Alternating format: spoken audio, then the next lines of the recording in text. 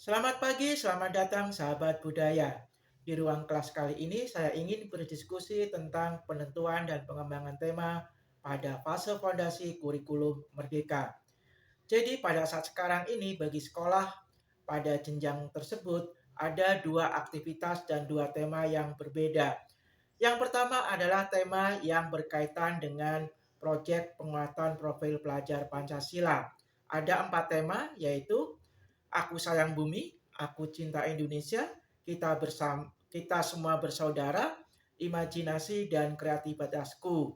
Itulah 4 tema yang bertujuan untuk profil pelajar Pancasila yang terdiri dari 6 dimensi, yaitu beriman dan bertakwa kepada Tuhan Yang Maha Esa, berakhlak mulia, berkebinekaan global, bergotong royong, mandiri, berpikir kritis, dan kreatif. Masing-masing dimensi ini memiliki elemen dan sub-elemen. Jadi, nanti ketika melaksanakan proyek, maka anak-anak yang akan dinilai adalah kemampuan di sub-elemen untuk masing-masing dimensi. Dalam satu proyek, sekolah dapat menentukan misalnya ada 2 atau 3 dari dimensi yang kemudian ada elemen dan ada sub-elemen. Pilihlah kemudian sub-elemen dalam dimensi dan juga elemen yang sesuai dengan karakteristik anak usia dini atau anak taman kanak-kanak. Karena tidak semua sub elemen itu sesuai dengan karakteristik pada anak usia dini, karena panduan profil pelajar Pancasila ini berlaku untuk semua jenjang pendidikan dari mulai anak usia dini, sekolah dasar, sekolah menengah pertama, sekolah menengah atas, kejuruan, dan juga yang sederajat lainnya. Jadi pilihlah kemudian sub-elemen yang sesuai dengan perkembangan anak usia dini. Nah, tema-tema ini dilakukan minimal 1 tahun 2 kali, atau selama 1 tahun ada 2 tema yang diberikan kepada peserta didik. Ini adalah tema yang berkaitan dengan proyek penguatan profil pelajar Pancasila. Nah, bagaimana dengan tema yang berkaitan dengan fase fondasi kurikulum merdeka? Kemendikbudristek dalam hal ini tidak memberikan tema kepada sekolah seperti kurikulum sebelumnya. Sekolah diberikan kemerdekaan, diberikan keleluasaan untuk mengembangkan tema sesuai dengan kondisi lingkungan budaya masyarakat di mana anak tersebut tinggal dan sekolah tersebut berada. Nah, apakah tema-tema yang sudah dilaksanakan dulu dapat digunakan kembali? Dapat digunakan kembali, tetapi tetap guru harus menentukan tema sesuai dengan ketentuan yang berlaku, yaitu tema-tema tersebut sesuai dengan kurikulum merdeka, elemen dan juga capaian pembelajaran, tujuan yang sudah dikembangkan, dan aktivitas pembelajaran yang sudah dikembangkan juga seperti yang saya sebutkan pada video sebelumnya. Nah, bagaimana cara menentukan tema? Tema itu tidak sembarang kemudian dicomot, kemudian dilakukan, dan kemudian dilaksanakan. Tidak seperti itu. Tema itu harus memenuhi syarat atau standar setidaknya 1. Tema dikembangkan dan ditentukan dimulai dari dimana kedekatan dengan peserta didik, yaitu dimulai dengan dirinya sendiri, dia dengan keluarganya, dia dengan sekolahnya, dan dia dengan lingkungan masyarakatnya. Dari kedekatan inilah kemudian sekolah guru dapat mengembangkan tema-tema yang sesuai. Yang kedua adalah tema dimulai dari hal-hal yang sifatnya nyata kemudian menuju kepada hal-hal yang sifatnya abstrak. Yang ketiga adalah tema berfungsi untuk mengikat aktivitas pembelajaran. Tema bukan materi.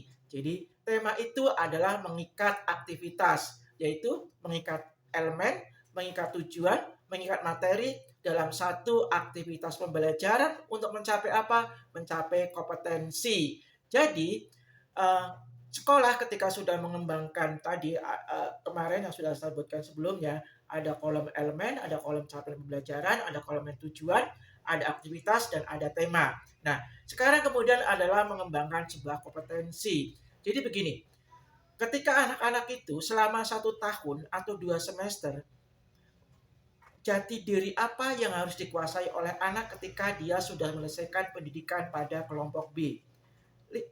Kemudian kompetensi apa yang harus dikuasai oleh anak ketika dia sudah menyelesaikan sampai kelompok B. Demikian juga dengan seni, dengan sains, rekayasa, dan teknologi juga matematika. Kompetensi-kompetensi apa yang harus dikuasai oleh mereka ketika mereka selesai dari kelompok B. Nah, kompetensi-kompetensi inilah yang sebenarnya kemudian dilakukan melalui pembelajaran berdasarkan tema dan tujuan setiap pembelajaran itu dilakukan.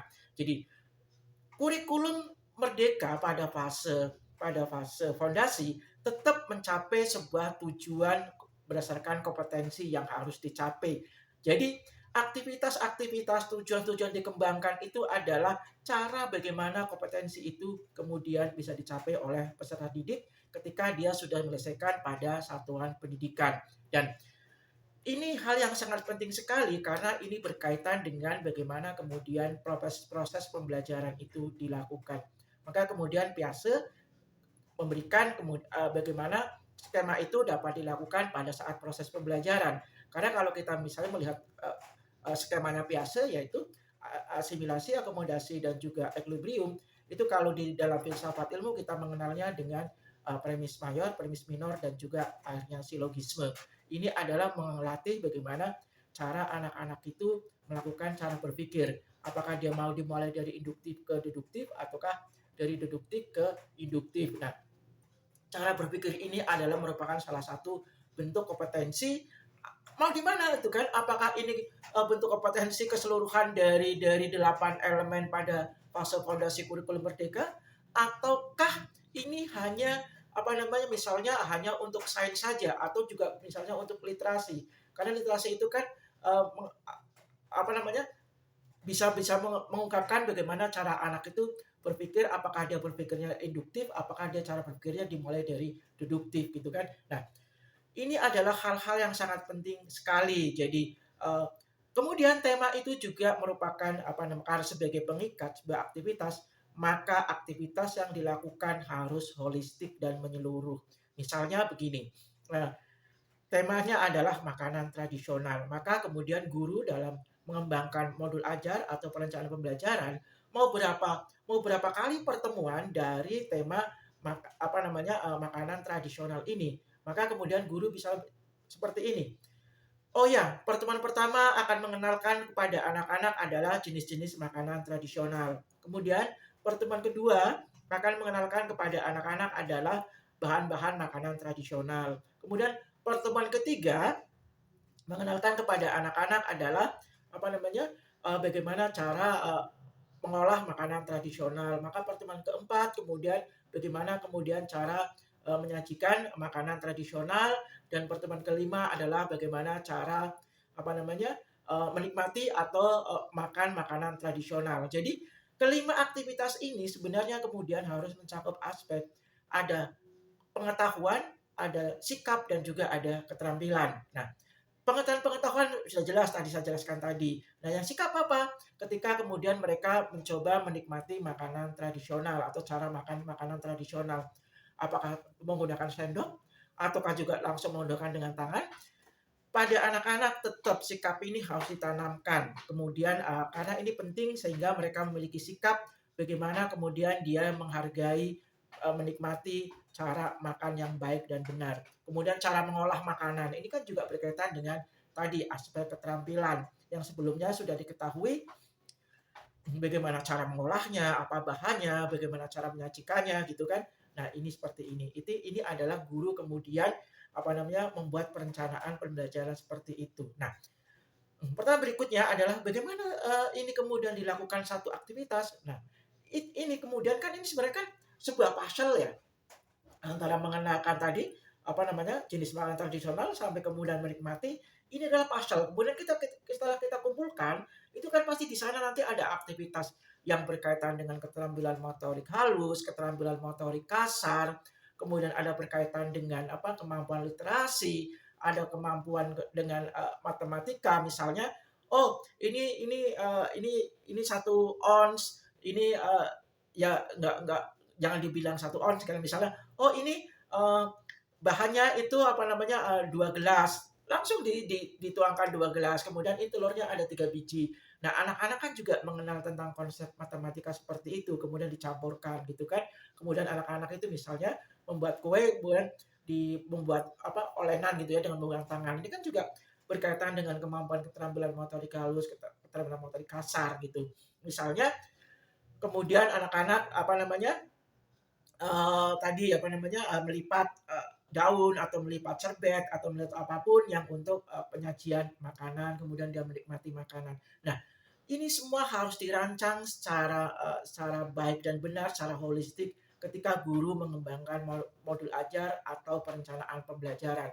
Sehingga nanti akan tercapai apa yang tadi, saya sebutkan tadi, kompetensi apa ketika di dalam bidang, literasi, kemudian di dalam bidang apa, jati diri, kemudian agama dan budi pekerti, kemudian, dalam sains, dan kemudian di dalam apa namanya, rekayasa teknologi dan juga pada matematika. Nah, pertanyaannya kemudian, apakah dalam satu tema harus mencakup 8 dimensi? Tidak. Pilih yang sesuai dan pilih yang apa namanya, kompetensi apa yang memang ada di dalamnya lebih lebih lebih lebih lebih banyak dilakukan dibandingkan kompetensi yang lain. Tetapi semua elemen harus masuk dalam semua tema selama satu semester. Tetapi tidak semua elemen harus dimasukkan ke dalam semua tema.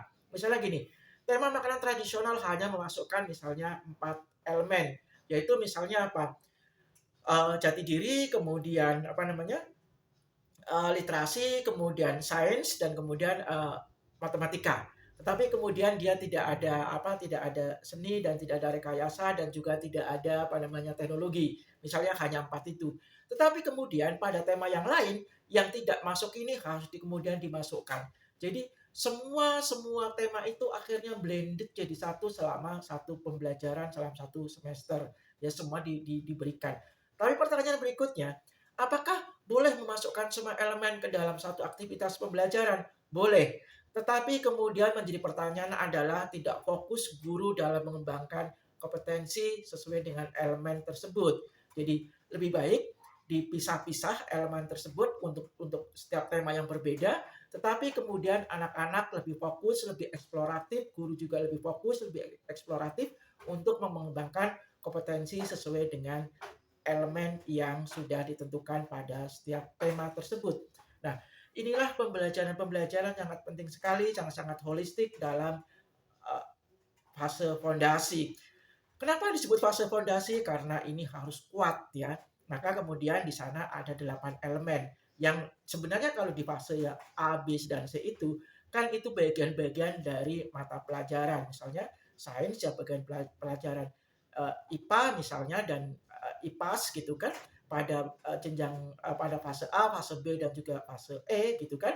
Tetapi juga misalnya literasi bagian dari mapel bahasa Indonesia pada fase A, fase B dan fase C. Jadi kompetensi-kompetensi inilah guru harus benar-benar menyadari betul tentang kemampuan anak untuk mencapai apa yang dipersyaratkan oleh fase fondasi.